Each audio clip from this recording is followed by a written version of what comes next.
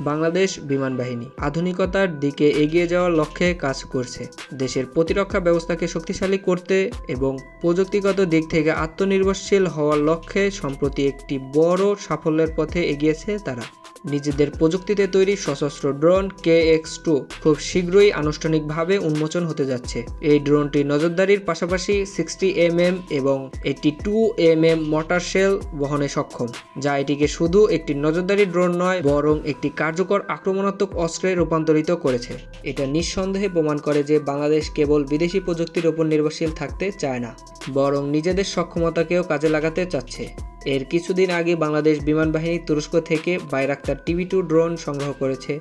এটি যুদ্ধক্ষেত্রে নজরদারি ও নির্ভুল আক্রমণের জন্য বিশ্বজুড়ে প্রশংসিত। বাংলাদেশের বিমান বাহিনীর এই নতুন সংযোজনগুলো প্রতিরক্ষা ব্যবস্থাকে আরও কার্যকর ও আধুনিক করে তুলবে। সব মিলিয়ে বলা যায় বাংলাদেশের আকাশ প্রতিরক্ষা ও গোয়েন্দা সক্ষমতা ধীরে ধীরে এক নতুন উচ্চতায় পৌঁছে যাচ্ছে। ভবিষ্যতে আরও উন্নত প্রযুক্তি ও সমন্বিত পরিকল্পনার মাধ্যমে আমাদের বিমান বাহিনী দক্ষিণ এশিয়ায় অন্যতম শক্তিশালী বিমান বাহিনী হয়ে উঠবে, এটাই আমাদের প্রত্যাশা।